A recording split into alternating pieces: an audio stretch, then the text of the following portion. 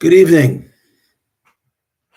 So we've been discussing in the last couple of shiurim how after the Tzimtzum, after the constriction of God's infinite self, the perceptual constriction to allow a void in which God's appearance is not self-evident, God then allowed metaphorically a line of light to enter into the void. So this light that entered into the void is the essential light of God that is infinite. But at the same time, it has been constricted and limited within the boundaries of the void in such a manner that because it is God's infinite light, it has the ability to sustain and give light to those within the void. But at the same time, because of the limitations placed upon it, it does not, in its powerful presence, destroy the existence of something separate from the infinite light. And as we mentioned beforehand, that's why the metaphor used to describe it is that of a thin line. And again, we don't mean that in a literal sense, but rather metaphorically, that the quality of the light is not as strong in its fullest sense, so that those of us within creation have the ability to receive it without getting completely subsumed in the light. The Zohar refers to this light as Mimale Kol Almin, that this light fills all of the worlds. It is the divine light whose revelation is in such a way that it has the ability to enter into the dimension of creations and to give them existence. The Biyam Darkech explains that the practical application of this concept is to train ourselves to recognize God and his unity within the details of the world in which we live.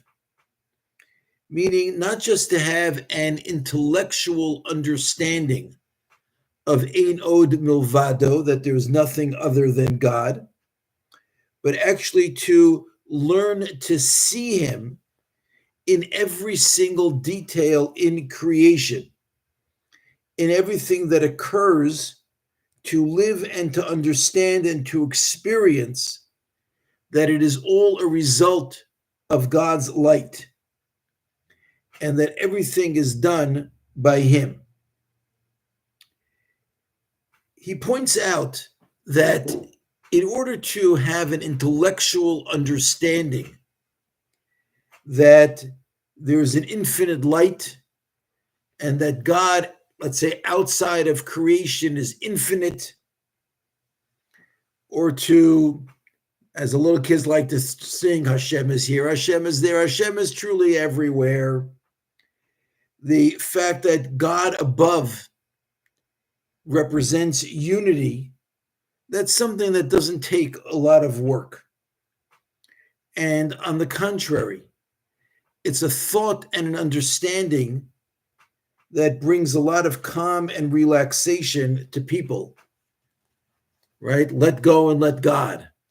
Just the idea that everything is God and I am but nothing before God's light, that's something that's very easy for people to live with and to understand. And doesn't take much energy, intellectual or otherwise, to believe in that. And that's really the concept that we're expressing when we say Shema Yisrael Hashem Elokeinu Hashem Echad, that God is one. That's an expression of the Yichuda Iloah, which we've mentioned this term beforehand. It's the upper unity It's the concept that in general terms, everything is God and everything is one. But God created the universe, God created existence as we know it because he wasn't satisfied with that. He wanted us to engage into introspection and inspection, to train ourselves to be able to see in everything that we experience and everything that happens and understand how that is a divine revelation to us. That's this line light of the infinite light that sneaks into the void. And that's why Hashem reveals himself within the details of our existence, so that we shouldn't just be satisfied with a general sense of understanding of God's unity, but rather we should experience God's unity in the details, in how Hashem reveals to us post Tzimtzum, and to be able to see our belief and understand the unity in every last detail in creation, that there is nothing which has its own independent existence, but everything is based on God's light. And this concept of seeing God within creation, that's expressed by the phrase that we say after Shema Yisrael. We say, Baruch Shem Kivod Malchuso Leolam Va'ed. Blessed is the name and the glory of your kingdom forever. That's the expression of when we are able to experience and understand God within all of the details of creation. So again, this is sort of the mandate which Hashem has given to us, that we need to contemplate on the details. Everything that we experience, everything that we notice, not just to be aware in a general sense that God is all encompassing, but to be able to see it in each and every single detail. And specifically the idea that there are numerous names of Hashem. Each name is another expression of how God reveals himself, and to contemplate each and every one of those names to understand the detailed revelation of Hashem within creation. If anybody is interested in sponsoring any of these shiurim, please contact me on Facebook or at cslando@gmail.com.